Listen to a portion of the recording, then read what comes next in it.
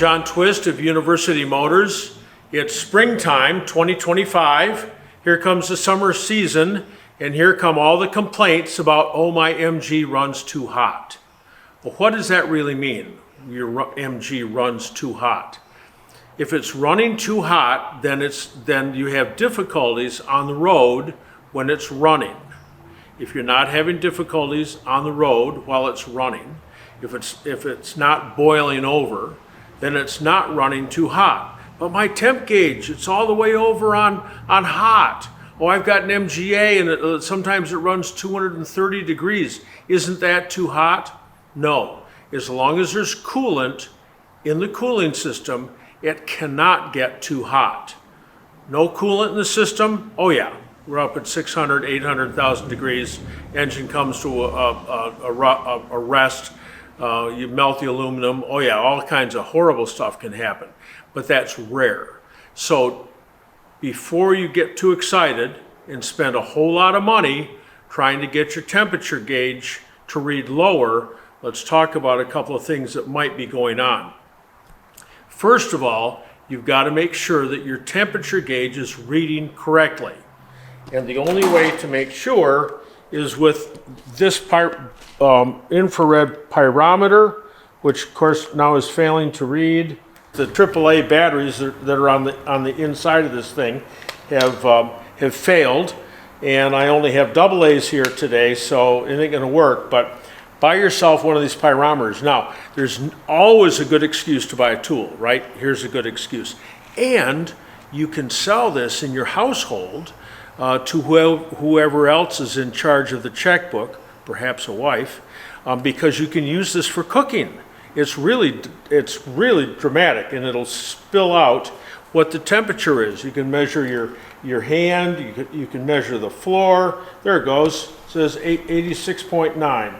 It's got the temperature of the inside of my hand, 87.7. So get one of these guys, and you're going to point it right at the bottom of the thermostat housing, right down here. You can see the red dot for as long as it lasts. It isn't lasting now because my batteries are low. But it will tell you what the temperature is right here. Here's the temperature transmitting unit. Now, offhand, all of the new temperature transmitters are faulty. That's just a rule, which is more true than not. So if your temp gauge is reading high, that's what the fault is with the new ones. They read high. It may not be that your temperature in your engine is too high. It's just that the sending unit is faulty. I was in Grapevine, Texas in 2002, 2004. And a guy came up, in my rolling tech came up, and he said, I've been overheating. Now, he'd driven his MGB all the way from New York to Texas. If it was overheating, he would not have got there, but he did get there. So right away, I'm suspect that it really isn't overheating. So we open up the bonnet. This guy must be some sort of HVAC engineer with a brake in his garage, because he's bent all this metal and he's got all these panels and he's pushed all the air. Oh my gosh, it's a beauty of airflow. And I'm thinking, this thing is not overheating. And I said to him, I said, well, how do you know it's overheating? He goes, well, the temp gauge is way over on hot. And I said, do you think the temp gauge is correct? This guy's he's not stupid, but all of a sudden I can see this light bulb go off in his head, and he's going, oh my gosh. So anyway, it turned out that the voltage stabilizer, which runs the power to the temperature gauge, had been incorrectly installed. I pulled the wires off the new stabilizer, put them on the old stabilizer, started up the car, and that needle sits vertically right dead center on normal. Later on that evening, his wife caught me, and she said, oh, thank you so much for helping Bob out, whatever his name was, helping him out. She said he's been obsessing about this for 2 years. Okay, so anyway, just be aware that your sending unit may be faulty. It doesn't matter if it's a safety gauge, like in an MGA, the round gauge with oil pressure on top and the temperature at the bottom, or an electric gauge. Any of them can read incorrectly. So you can always double check what the temperature actually is. Now, if the temperature is running consistently high, real temperature, and that means above 210, something like that, because normally an MGB and MGA, they all run at about 195. That's the sweet spot. That's where the temp gauge is sitting at normal, straight up and down, and everything's wonderful. But remember that the cars can run a whole lot hotter. I ran into a group of MGA guys campaigning their cars from the Atlantic Ocean to Solvang, California, GT, whatever it was, 42 or something or other. And I met them at the big crater, and where's that, New Mexico, Arizona. There were a group of guys, 6 guys or so, and they were telling me their temp gauge had gone all the way up past the max on temp, and it had gone all the way up to about 80 pounds of oil pressure. It entered the second part of the gauge. But they were still driving. It was still okay. Their cars were okay. They were running hot, but it was still okay. For MGA owners who constantly complain, oh, my car runs too hot, the best thing you can get is a piece of masking tape and just put it over the gauge, and then you won't obsess about it, because then you don't know what it is. But if you do want to bring the temperature down, and you don't want it lower than 195, if you do want to bring it down, make sure that your cooling fan is sitting right close to the radiator, half an inch away. If it's back here, it's not working effectively. It's got to be real close. If it's this close and you hit a bump and the engine moves a little bit in the chassis, it'll come up and hit the radiator and scar the inside of the radiator up, and it's what a mess. You need a new fan, you need a new radiator, and you need a tow home. Okay, so you've got to make sure that your stabilizer bars are in place on the engine to make sure that the fan does not go into the radiator. So these cooling fans are great. These have got the smaller diameter. There are two different diameters of bolt holes on these guys.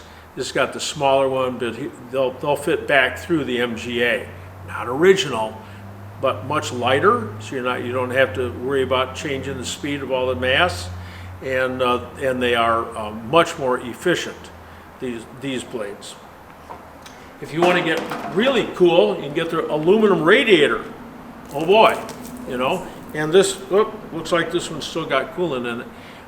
And the aluminum radiator is nice in that it dissipates the heat much more effectively than the brass radiator. I would never put an aluminum radiator in because it's not original. But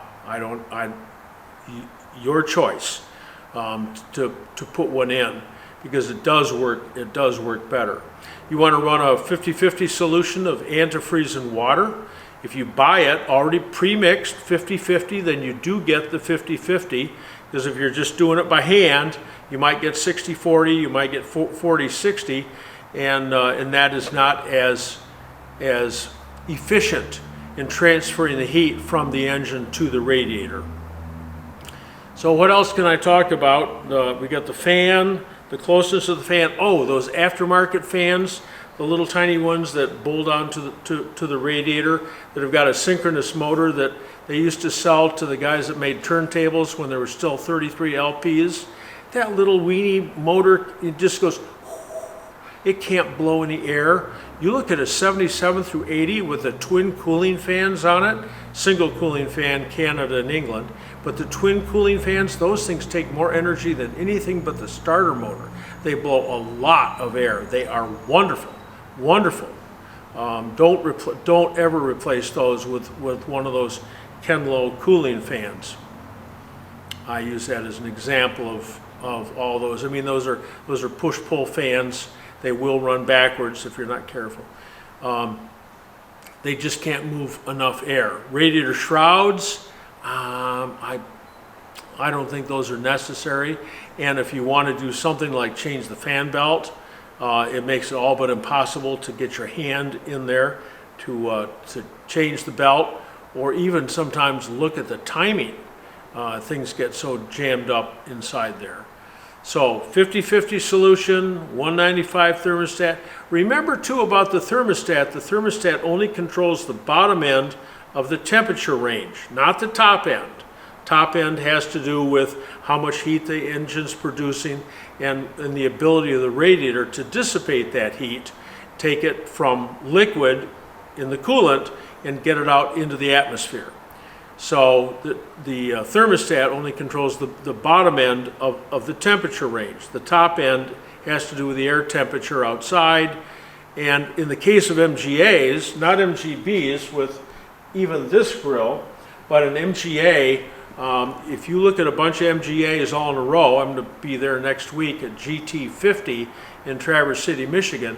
You walk down the line of MGAs, there'll be all kinds of radiator grills that you can see through. You can see the radiator if you look there, and other ones that are turned almost flat. And how can any air get through there? So in the case of an MGA, and you think your car is running too hot, go out and drive it, and then take the grill out. That's no small task. Take the grill out and go out and drive it. Is there a dramatic difference in the temperature on the temperature gauge? If so, then bend the grill slats.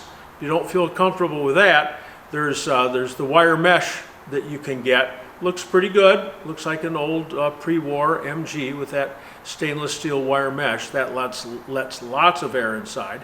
On the other hand, then you can see inside, and if it looks crummy on the inside before the radiator, everyone's going to be able to look in there and go, ugh, that looks awful. Anyway, on the MGA, the grill slats have a lot to do with the airflow. Thermostat, 50-50 solution, and also if your engine's making too much heat, maybe you can't get rid of all the heat.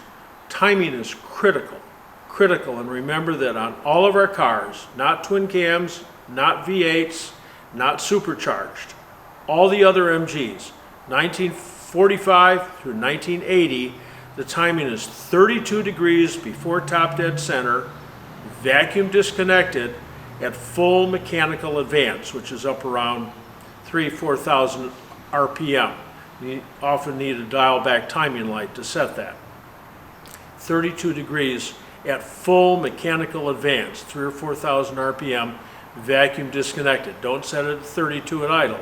It'll run great at idle, but it'll never run correctly. Retarded timing seems to make the car run hotter than advanced timing. Advanced timing ruins the pistons. So the timing has to be correct so the engine doesn't produce more heat. Remember, in that gallon of gasoline that you buy, the gallon of gasoline, it's got 120,000 BTUs, British thermal units, in that gallon of gasoline. And when the car is running perfectly, 40,000 are sent down the tailpipe, 40,000 go into the radiator to get dissipated into the air, and again, if it's tuned up real well, 40,000 are available at the flywheel to propel the car down the road. When you get out of tune, more heat goes into the tailpipe, or more heat goes into the radiator. So it's got to be tuned up well. That's the first and easiest step. So that's my comments about overheating. If you got questions, anytime you got a question, you can always call me. My number's on the website. I'm happy to help you out to help make your driving experience a pleasure.